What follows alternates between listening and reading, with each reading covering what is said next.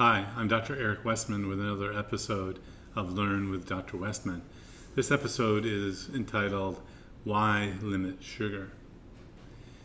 Well, we've come through a paradigm shift, or some people might say we're still going through it, where we've been taught to worry about fat in the food, cholesterol, saturated fat, and now the experts are saying worry and limit the sugar in the food.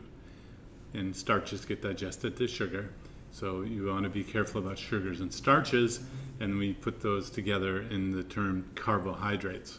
So why you want to limit your carbohydrates? Well, it's important to hear it over and over and over again because of the fact of you've heard that you want to worry about fat in the food for so many times in order to kind of move the needle to you not worry about fat.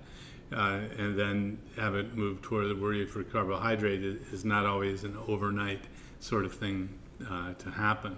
In fact, I find recently that you might be doing great avoiding sugars, and then a doctor hits you and says, you need to watch your fat in the food because the cholesterol level or shocks you, I didn't mean hits you, but even might fear monger a little bit about it. And, you know, that's just the process of going through the painful paradigm shift that we're in, where there are medications that can treat the cholesterol in the blood, even though cholesterol in the blood can get better when you do a carbohydrate restricted diet. Again, most doctors and dietitians, nutritionists have not been taught that. So the reason why you want to reduce and eliminate sugar is because of the bad health effects of it. And it's not for everyone. So if you're not susceptible to it, then turn off don't listen to this channel. I guess it's kind of like if we were talking about helping people with alcohol problems. If you're able to have a glass of wine a day or a beer every now and then, and you don't have an alcoholic problem as an alcoholic, you don't have to come listen to a channel that really focuses on the sugar being bad.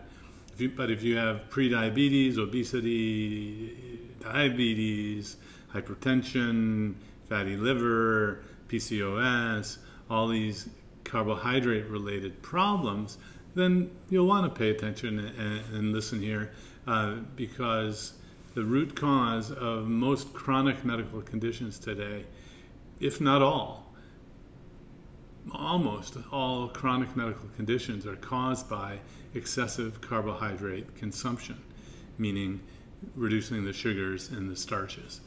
The amount that you should consume is based on your basic metabolism. If you have no tendency toward insulin resistance, you're naturally an athlete and have a lot of exercise in the course of your day, and you don't have a tendency to store the extra sugar as fat on your body, then you're dealt the genes that you don't have to worry about the sugar much. Certainly you could overdo it. And remember that protein is the best and most important part of a nutritional intake, a nutritional program, not sugars and fruits and all that. Protein is what our bodies are made of, and protein, the amino acids, are the building blocks of our body. So protein comes first, is a hallmark of any good nutritional program.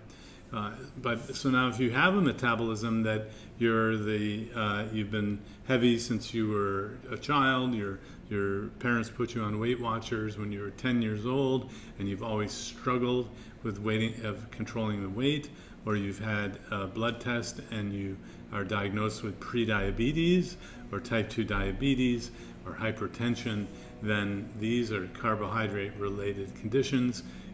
Reducing the carbs to many different levels, you have to find the level that suits your metabolism, can actually reverse these conditions. So I'm in that interesting academic evidence-based position of I can show and demonstrate reversal of these chronic diseases by reducing carbohydrates and using a low carb and keto diet. I don't have studies that show without beyond a shadow of a doubt that sugar and carbohydrate are the cause for these conditions. So a lot of different causes perhaps, but I can reverse them by limiting the carbohydrate. And that makes me think that carbohydrate is going to be one of the main factors if the prospective studies are done to look at the root cause of all of these chronic conditions. But it's difficult to do those prospective studies. And we've gone through a paradigm shift where in the old paradigm, no one suspected sugar of being bad. It was fat. And so large studies, expensive studies were done looking at fat in the food, seeing if you could manipulate and reduce the saturated fats and cholesterol, and really there was no health benefit as a result of it. So the organizations that still hold on to this old low-fat, reduce the cholesterol levels by changing fat in the food are really kind of out of date. I mean, they're like still using, well, phones with cords is what was being used back when these theories were made, and now we've gone beyond using phones with cords, and using smartphones is like using a low-carb keto diet in terms of chronic medical conditions, because we can do so much more than the old type of diet or phone. So you want to be very careful about sugar because of the chronic medical conditions that can occur from it, and I can reverse these conditions, most of them, by just taking away the sugar in the food. And of course starches get digested to sugar, so they're one and the same thing. That's the carbohydrates, and that's why a low carbohydrate diet is so effective to help. In fact, we're just learning more and more as time goes on about what reducing or eliminating carbohydrate can do out of the diet. And you know, when I look at the food list on the wall in my office, it's in my clinic rooms where I see patients, it's really just food is what I'm recommending people to have. I wish sometimes that you would take away the names and the buzzwords and that's the Atkins diet. Well, everyone knows it's bad. Well, no, actually it's not bad. Or that's the keto diet. Keto, it must be bad for you. And no, so what you want to do is look at the foods, get rid of the names, and yes, everyone knows the Mediterranean diet is best, but it's not true. I mean, it hasn't been proven as strongly in the studies as people say. It doesn't deserve that emphasis, but it's kind of the darling child of the medical world to be able to say, just do a Mediterranean diet when there really aren't many studies. It's kind of I got a chuckle out of that. But what you want to do is reduce the sugars, and that will lead to reduction of blood sugar, reduction of blood insulin levels. You will reverse or prevent your tendency toward type 2 diabetes or pre-diabetes, non-alcoholic fatty liver disease, fatty liver, PCOS, polycystic ovary syndrome, a cause of infertility in women.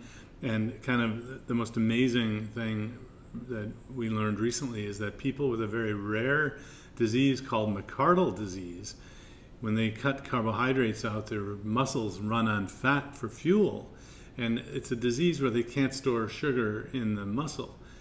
But when you change the muscle to a fat-burning organ, they have tremendous improvement in their symptoms. Now, it's not easy for all those folks, like people in general, to get rid of the sugars and starches, but that's a different issue. If we, teach you a way to have, a simple way to have sugar-like things, sweet things, then we can get you off the sugar itself. But the reason we think it's okay to not eat carbohydrate and sugar, and the science pretty much says this, is that it's okay to run your body on fat. Fat is the preferred fuel for your heart muscle and for the skeletal muscles. And then ketones get made from the fat that you're burning to fuel the brain. And so you really don't have to eat carbohydrates. And then I can imagine you might say, like my patients, but they're so good. Well, again, that's a different issue. I used to help people quit smoking in a prior, like first half of my career, first third, and some people loved to smoke. As amazing that might sound to someone who's never smoked, but when I said, yeah, but the smoking is harmful, you know, it's killing you, they say, yeah, I know, I got to give it up. So the amount to which you should watch the sugar depends on the genes you were dealt, your metabolism, depending on the what you're trying to accomplish by changing the diet.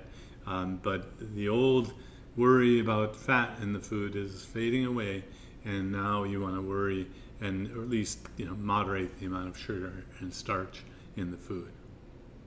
I hope that's helpful. Be sure to like and subscribe and ring the notification bell.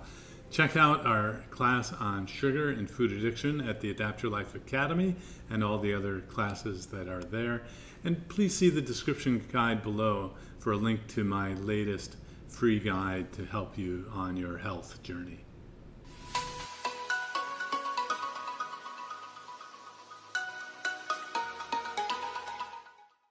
If you enjoyed this video, be sure to like, subscribe, and hit the notification bell, and check out adaptyourlifeacademy.com.